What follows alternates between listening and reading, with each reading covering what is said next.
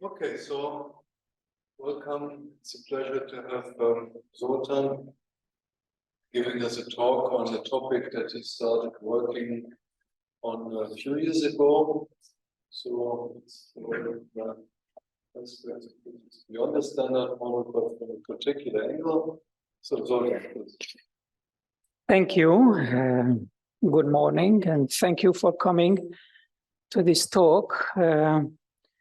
So I will talk about this super weak extension of the standard model, which has been developed in this series of papers. And obviously, I will not be able to tell you everything which is in these papers.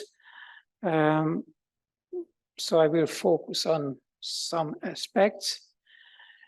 The outline is long, but don't be afraid, I will not tell everything here.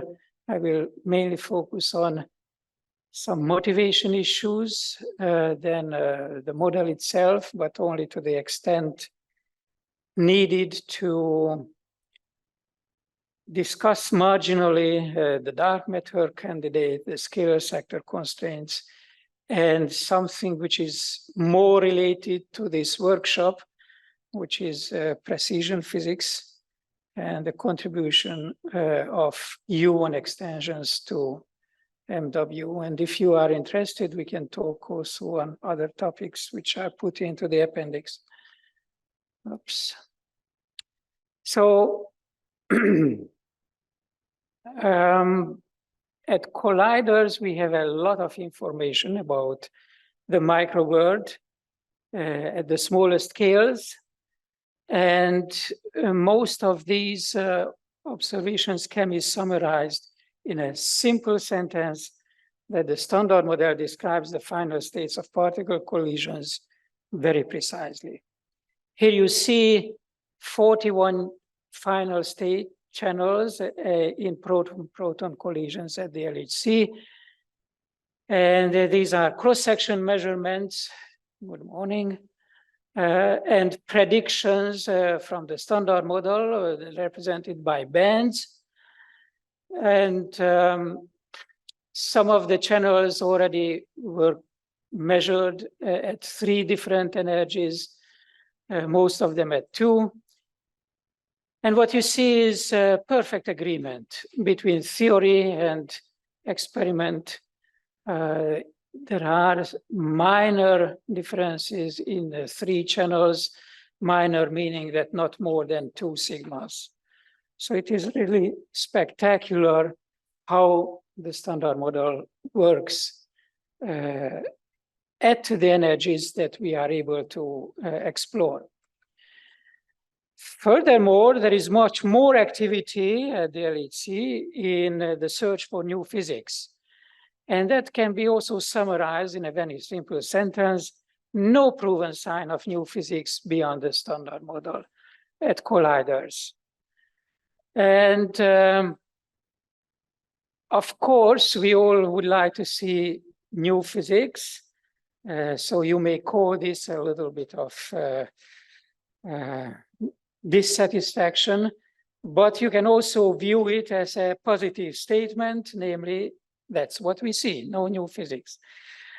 It's true that bumps keep popping up and then staying or diminishing. For instance, there is a very nice recent preprint by CMS where they study proton-proton collisions into opposite sign charged leptons, electron-muon,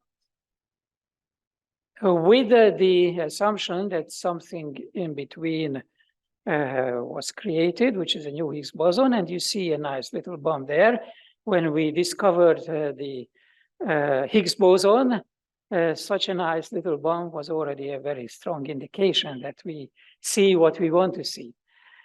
But none of these observations are at significance of discovery, and I'm not going to address those in this talk. I think we have to wait until we really discover something, and we have to see whether we can interpret it. Then particle physics is studied not only at colliders, but at the cosmic and intensity frontiers. And there we have positive statements. We know for sure that there is a lot of dark matter filling up the universe. And most part, 80% of the dark matter is something which we don't know what it is. And about 20% is the ordinary baryonic matter, which we don't even call dark matter nowadays because we know what it is. Of course, dark matter is not necessarily of particle origin because all we see gravitational effect, but for particle physicists, it is quite natural to assume that it has dark matter, it has particle origin.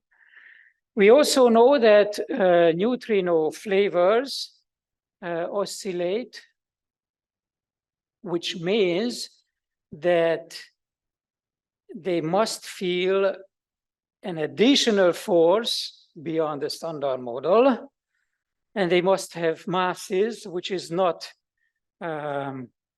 included in the standard model. So the neutrino sector must be extended. Then we are listening to this talk, and I'm giving this talk, which means that there is more baryon than anti-baryon in the universe. And we have to be able to explain the baryon asymmetry, which cannot be explained by the known CP asymmetry in the standard model. Then there are more speculative things like inflation at the early universe, and probably well established, which is the accelerated expansion in the current universe, which might also have explanation in particle physics or topics related to particle physics. So the bottom line is that we have established observations which require physics beyond the standard model, but all these, together with the collider null results, do not suggest very rich beyond standard model physics. And the question I would like to ask in this talk and in this project, which is ongoing, whether we can explain these observations by a single model, but not more, because we do not see really more. In this respect, what we heard yesterday is a very ambitious project.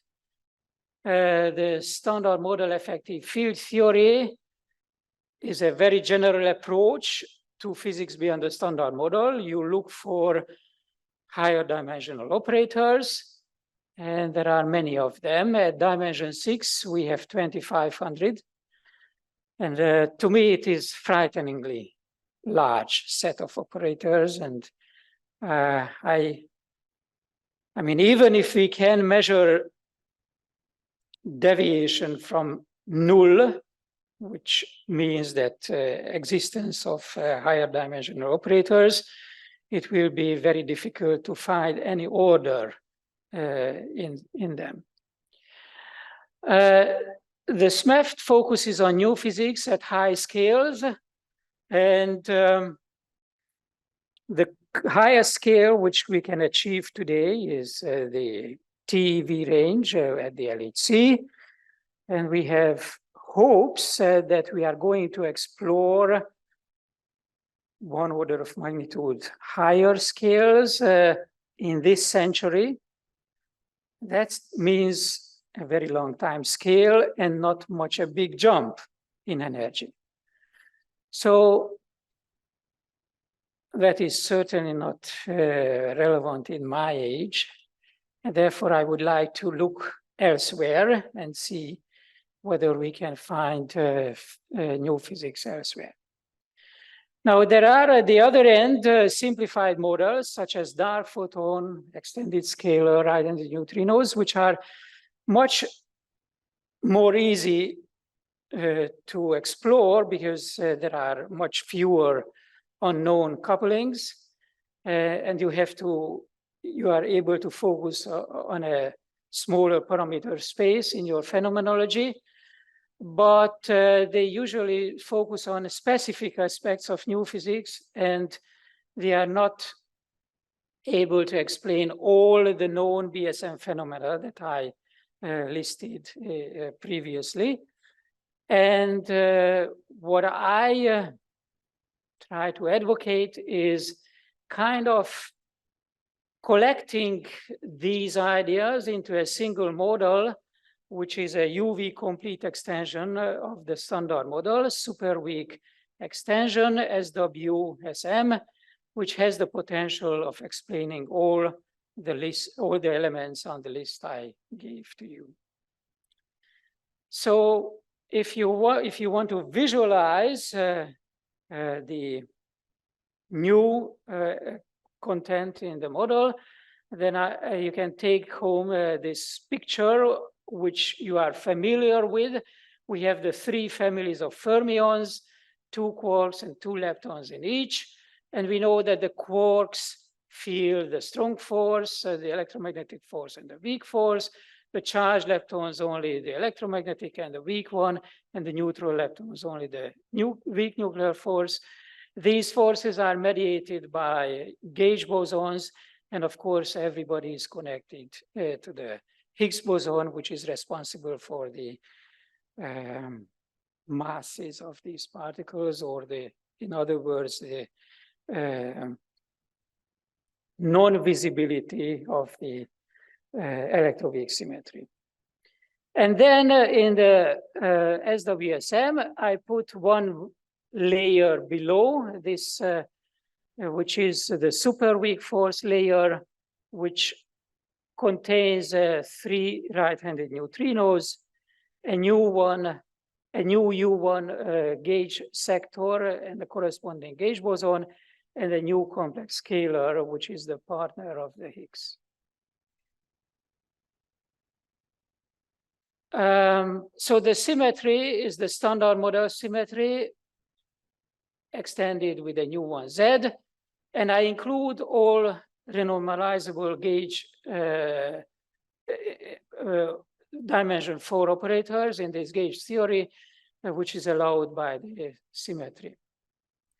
In order to set the charges with respect to this new U1, I use the requirement of anomaly cancellation and gauge invariant Yukawa terms for neutrino mass generation.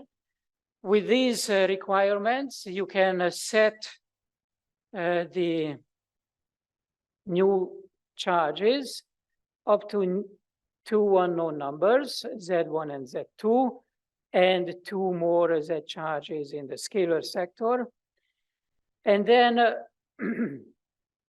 if you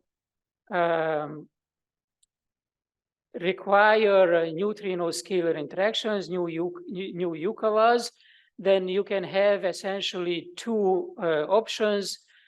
One is that the new Z charges in the lepton sector are equal, or they have opposite charges, which is the choice in this case, -1/2 and 2/2 and +1/2. If they are equal, that is called the B-L extension, and the B-L extension has been studied very well, and I wanted to study something different. Essentially, this was a toy model for me to study particle physics beyond the standard model. Well, this neutrino scalar interactions fix these charges up to 1 overall normalization. So these numbers are arbitrary, if you like.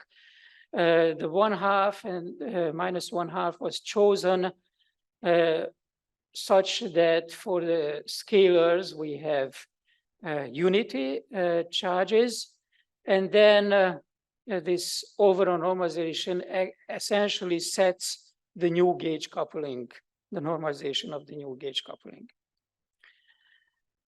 Now, what is new in the gauge sector? The new in the gauge sector is the extra new one field, which mixes with the other two, just like in the standard model.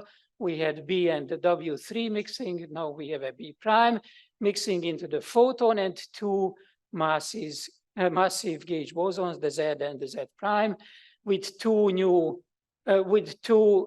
mixing angles. One is the weak mixing angle, and the other one is a new one, which is the theta Z in the ZZ prime sector. You can compute that from the diagonalization implicitly in terms of couplings kappa and tau, which are effective couplings expressed in terms of the original Lagrangian couplings. They are a little bit cumbersome and they are not so interesting, so I don't try them here. The masses of the gauge bosons can be expressed in terms of these kappa and tau and the MW and the cosine theta W. The mass of the charged gauge boson does not change.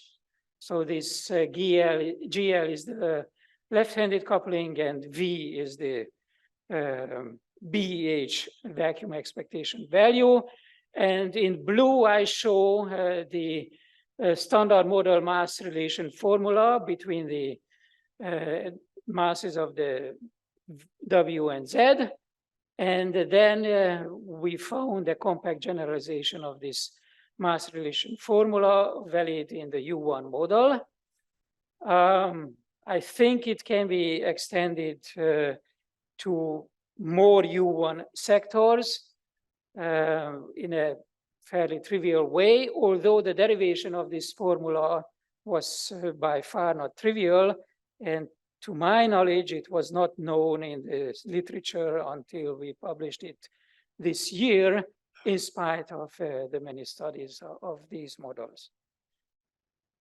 But if you know a reference, let me know. Yes.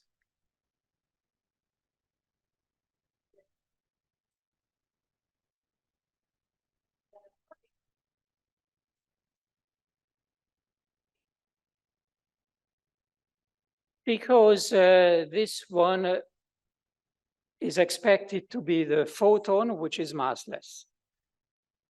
And it comes out naturally massless. If you, I mean, it sets a requirement on the mixing and it comes out natural massless if you do the parametrization this way.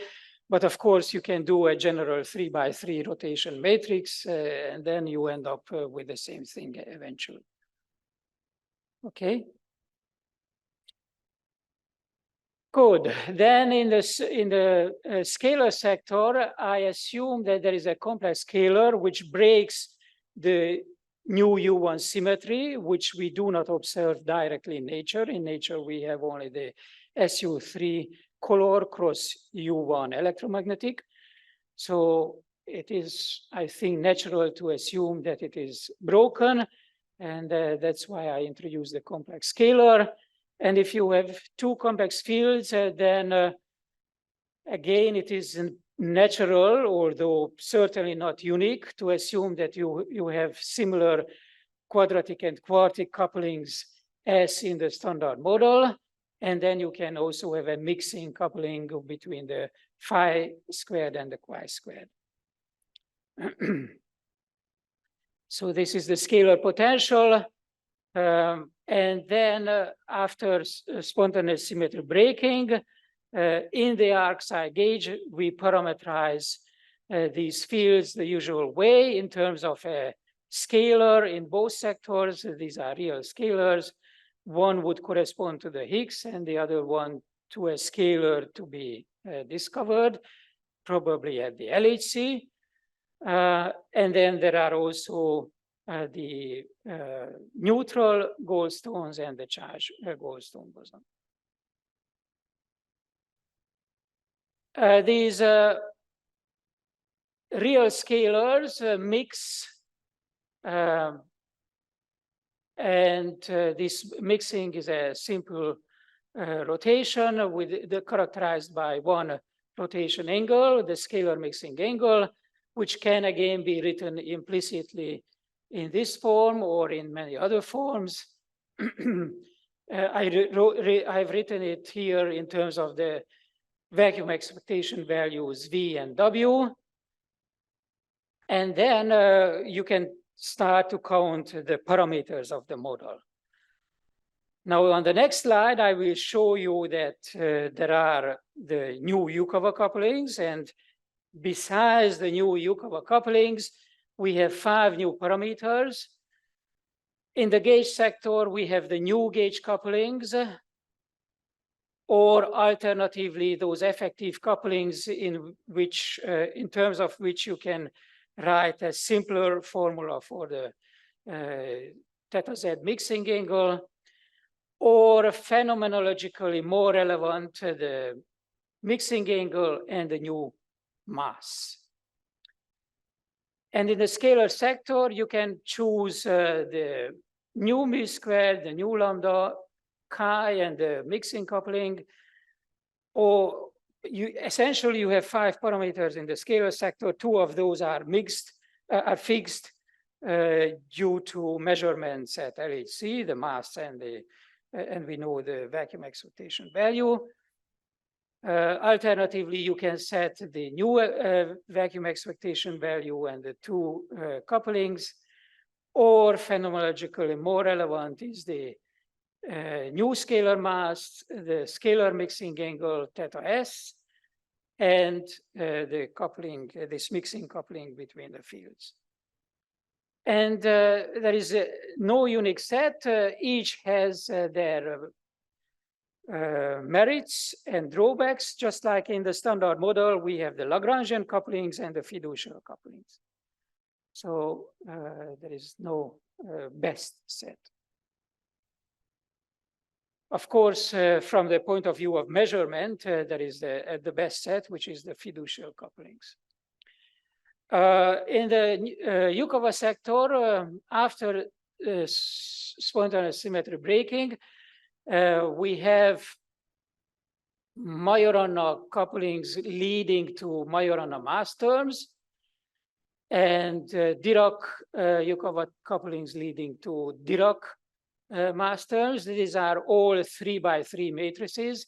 This is in the active sector, this is in the sterile sector. And they build the 6x6 mass matrix, which has this form. So strictly speaking, the active neutrinos are massless. But of course, what you see is the mixing of these different neutrinos, because the neutrinos have the same quantum numbers. And this mixing leads to a type 1 seesaw in the model. In particular, the Dirac and Majorana mass terms, which you see here, appear already at 3 level by the spontaneous symmetry breaking, and they are not generated radiatively. But of course, there are radiative corrections, and we know that the active neutrinos have small masses, so the radiative corrections cannot be large, because otherwise you get into conflict with measurements. And we have checked that these quantum corrections to the active neutrinos are not dangerous, meaning that they remain perturbative in most part of the parameter space.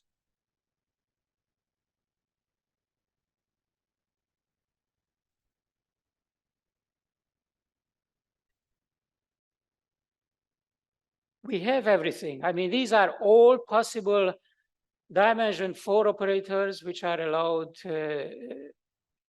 and I included all of them.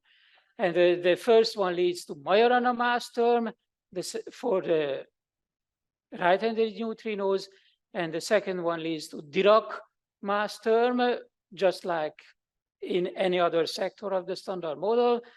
This is the complete mass matrix, 6x6 complex mass matrix, which has to be diagonalized in order to get the diagonal elements here for the active neutrinos, and here for the sterile neutrinos.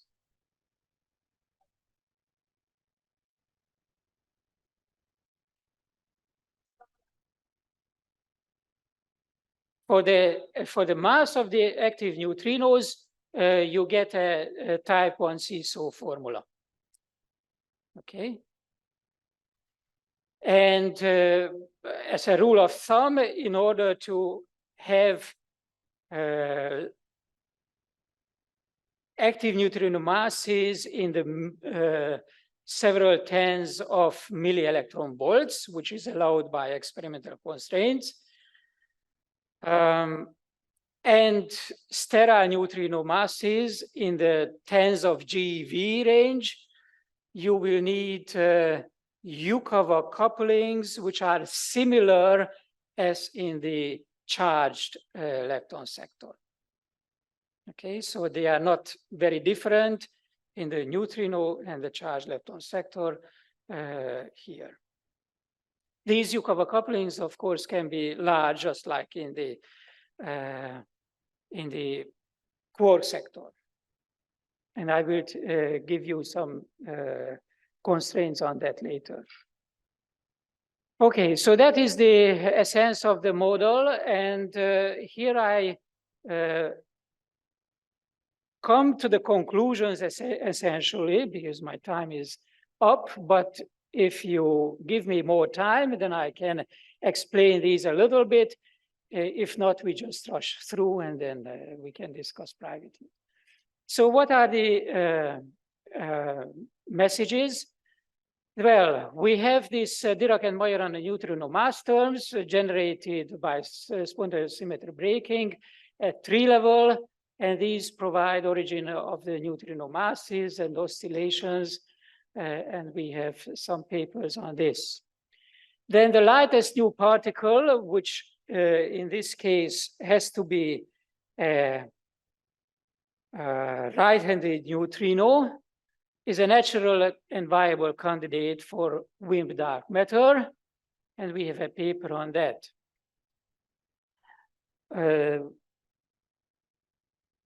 Can I go on? Okay, so you don't allow me to go on. Okay, so I already told that we know that dark matter exists, and we assume that it has particle origin. In this model, well, in order to see such a particle, it has to communicate with the standard model particles because you need a detector which only sees standard model particles, and the communication goes through a portal. So you need a dark matter particle and a portal, and in this case, the portal is the Z prime, which interacts with everybody, and the lightest right-handed neutrino is a dark matter candidate. We can have scalar portal also, but it is negligible because the couplings are too small. And if you explore the parameter space in which the freeze-out scenario works, then you find lines which means fixed new neutrino masses, so from 10 to 50 MeV.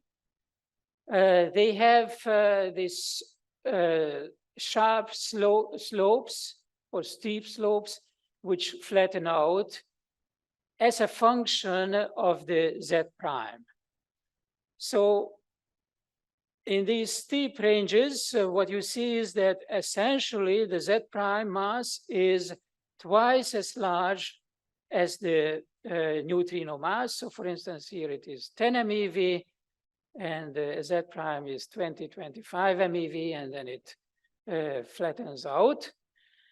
On the vertical axis, we have the new Z coupling, and this new Z coupling cannot be too large because we have exclusion limits by well-established measurements of electron G-2, all these, I mean, the Z prime contributes to the G-2, or direct searches for new dark photons exclude a part. And what remains is this region. And in this region, it is essential that the dark matter candidate is a resonance. Well, this is not quite right. It looks like a resonance production, but actually what happens in the freeze out is the resonance annihilation of dark matter into Z prime and then decaying in the standard model particles. So the arrows go backwards. In these high temperature processes, we have processes going back and forth.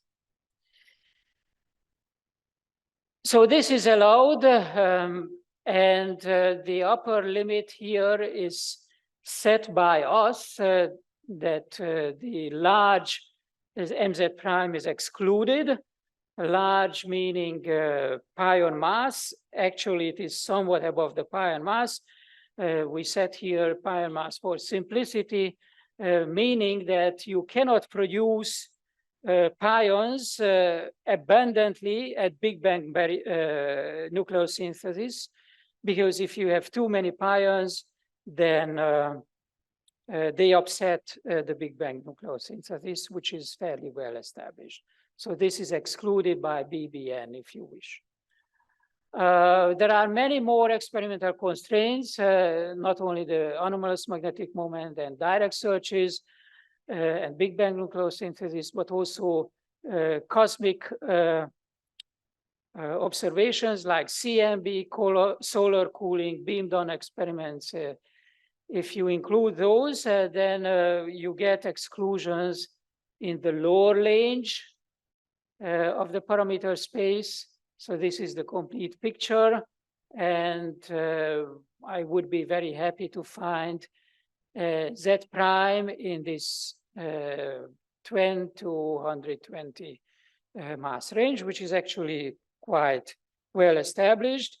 And if this freeze out scenario works, then we also have a prediction that there must be a new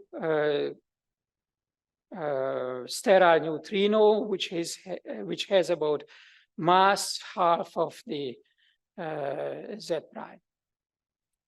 Of course, it will be very difficult to observe it directly.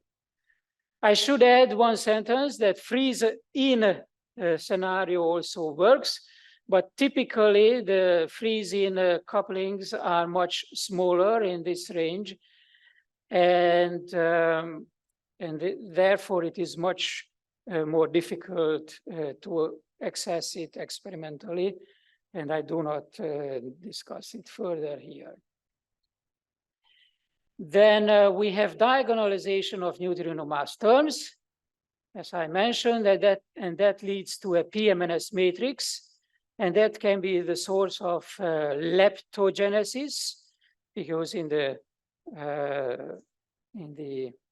lepton sector you can have larger CP violation. You can have sufficient leptogenesis, which turns into baryogenesis by the Sveleron process. In order to this work, we have to explore when this can happen, and this is under investigation. We have one paper on this where we studied the phase transition temperatures of the scalar phases from the completely symmetric to the broken phases for the U1Z, and then the SU2 cross U1 in the standard model. This happens, I mean, this can be studied at fixed scalar masses and fixed sterile neutrino masses. These are the heavier ones, so not the standard model candidate. And for given values of the new vacuum expectation value and new coupling. So these are only benchmarks. But anyway, the bottom line is that the U1Z is broken at higher temperatures, starts to break at several TeVs, and the standard model vacuum is starts to break at smaller values, which corresponds to the standard model value, and in between there is a lot of time essentially to produce leptogenesis. The two figures, the two plots differ only the sign of the new coupling lambda, which is denoted by lambda prime here. So these are the same things. And depending on the sign of lambda at the end, very end, when the SU2 cross U1 symmetry breaking kicks in, then you have a different behavior of the new U1 breaking. This is the parameter space as a function of the ratio of the webs.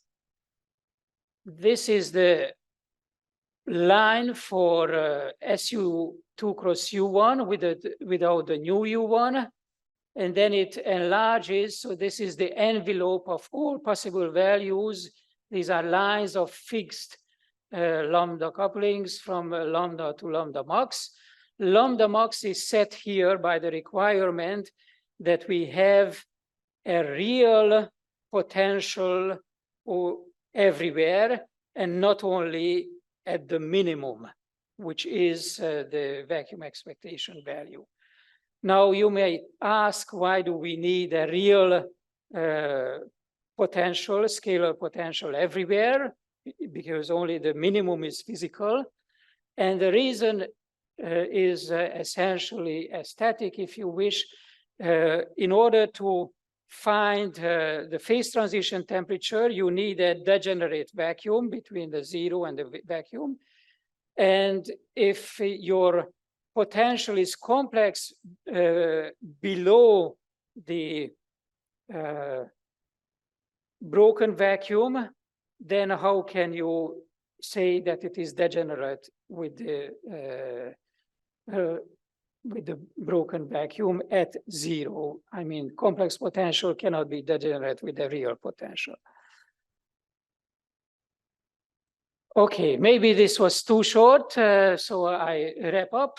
The second scalar, together with this established BH field, can stabilize the vacuum, which we know is metastable in the standard model. And it can also lead to an accelerated expansion of the universe. We are exploring this possibility. We had some papers on that, but I'm not really satisfied with the solutions. Anyway, the SWSM has the potential of explaining all the results beyond the standard model that I said at the beginning. Okay, shall we stop? Then we stop here. Thank you.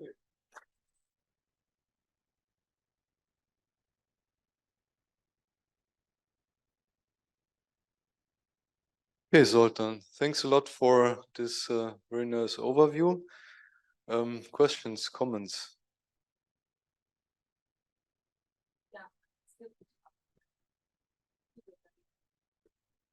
This is a very right Z prime. So there are no other, what are the constraints on just what you have shown? Just what I have shown. So in this region, there are no constraints. So the parameter space, which was shown in this figure, this one is still allowed. There are no experiments. I mean, the experiments are trying to go down and go up and trying to close this region, which is like a shape like that. But at the moment, this is uncovered. And this is just because it's very, very weak. Because it is very, very The weak in this coupling is region, small. exactly. So larger couplings are, of course, excluded. And you have taken into account everything, I might. So electroweak, precision fits, flavor, everything. I can tell you more on the electroweak precision fits, but the quick answer is because of the small coupling in this region, which is 10 to the minus fifth, 10 to the minus sixth, something like that, the contributions to the electroweak precision observables exist, but they are within the uncertainty of the current measurements. Yeah, because I mean, this has an impact, of course, because you modify also the, tenant relations of the standard model, like the relation between MW and MZ. It's a deeper modification, but probably it's still invisible, right? So exactly, yeah. Exactly.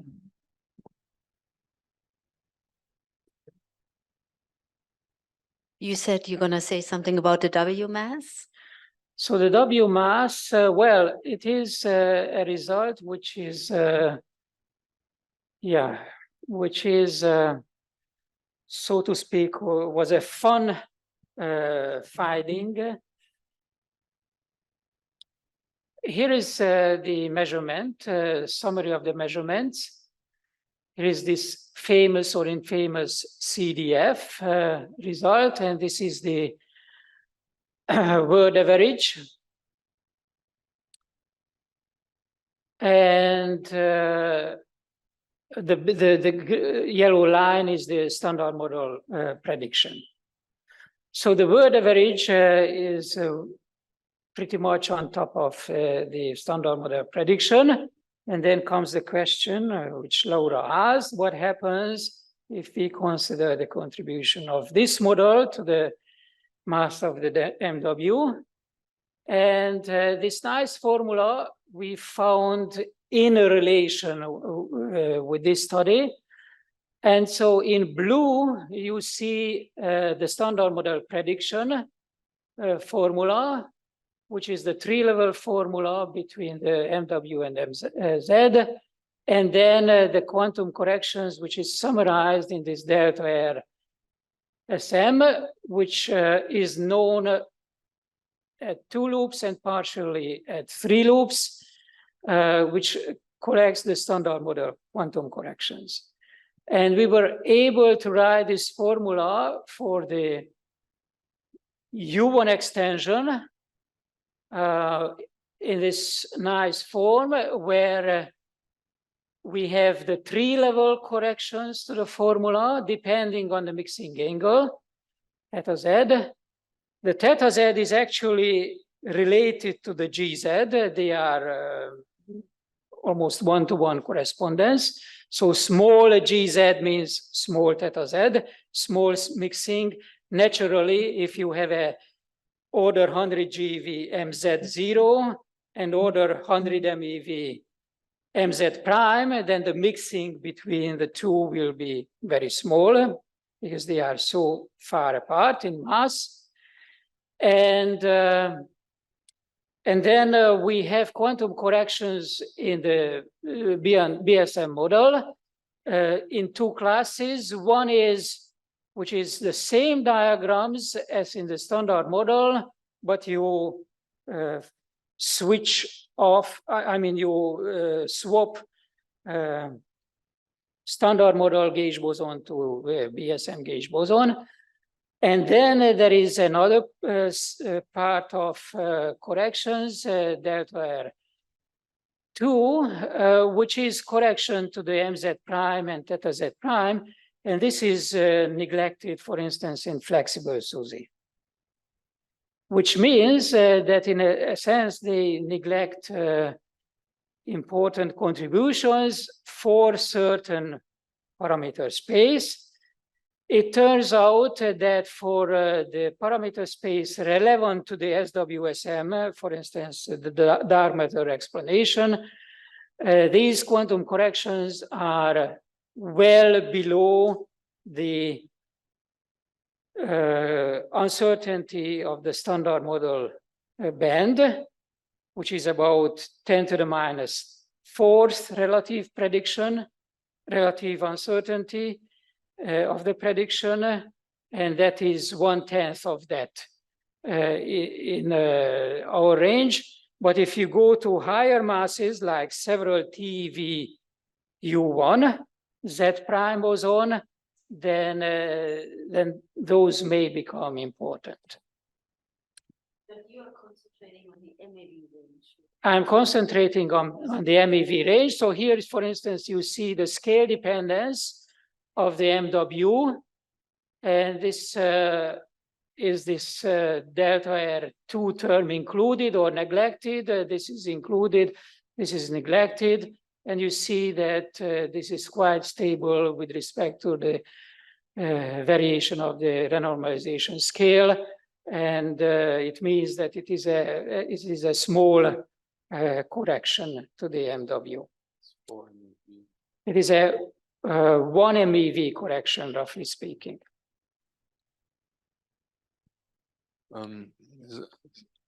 Are you satisfied? She's not satisfied, but she doesn't yet know why. Zoltan, maybe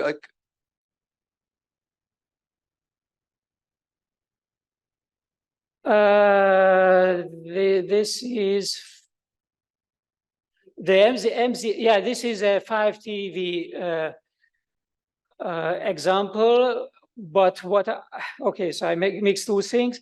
When you make the correction for a 100 MeV Z prime boson, then you get only 1 MeV correction. And this is an example with a 5 TeV to show that this delta R2 is can be important if MZ prime is large. I mean, this is the prediction including the delta R2 terms, and this is neglecting. So this is already a 20 MeV difference or more. Zoltan, when you're looking for this is flexible SUSY prediction.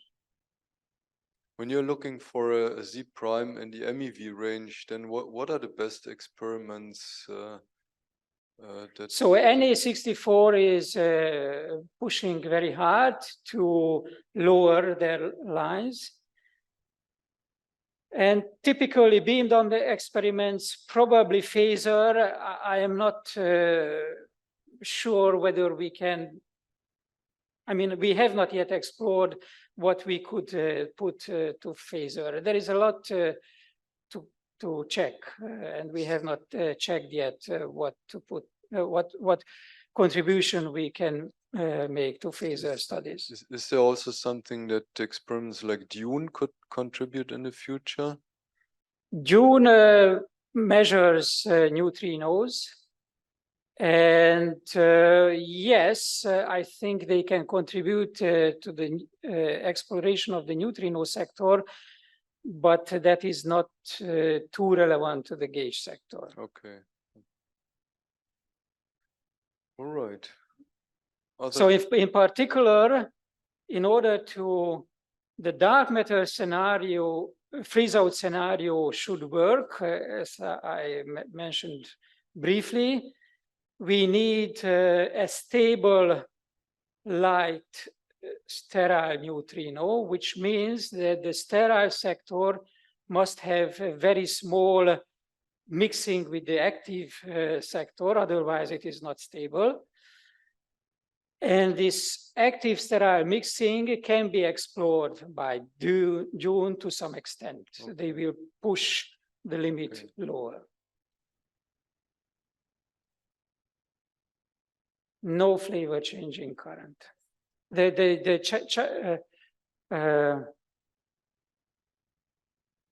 Well, I mean, you have, so at 3 level, you don't have flavor changing current. I mean, loop corrections can give you flavor changing currents already in the standard model, right? But here, the corresponding quantum corrections will be smaller because of the small gauge coupling. Small GZ gauge coupling. Okay, you want to ask a question?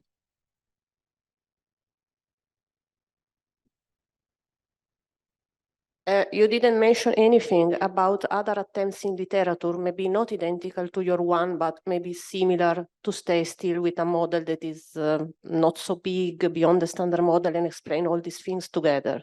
So my question is, which other people have worked on similar models, although it's not your one, and try to explain simultaneously all these baryogenesis, neutrino oscillation, etc., etc. What I know of marginally is the new MSSM, which is this neutrino, three right-handed neutrinos added only.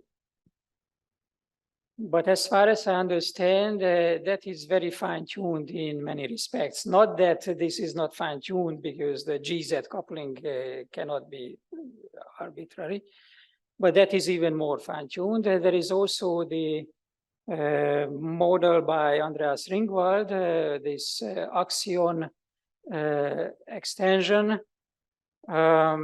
which is quite nice, but my trouble with the axions is that they can lie anywhere in mass, and you cannot really have a hold grip on the axions experimentally. So they will never be excluded. I mean, here we have a testable prediction. If the MZ prime is not in this range, then essentially you can rule out the model from the point of view of explaining all these beyond standard model observations, which is the goal of the model. That was the first question. Can we explain these within a single model? And you can test this and you can rule it out.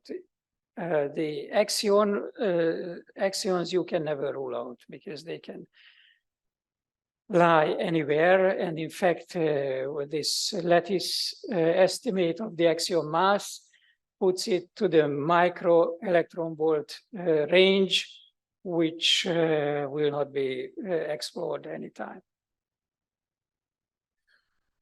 All right. If there are further questions to Zoltan, grab him over lunch. For now, suggest we thank him again and close. Thank you.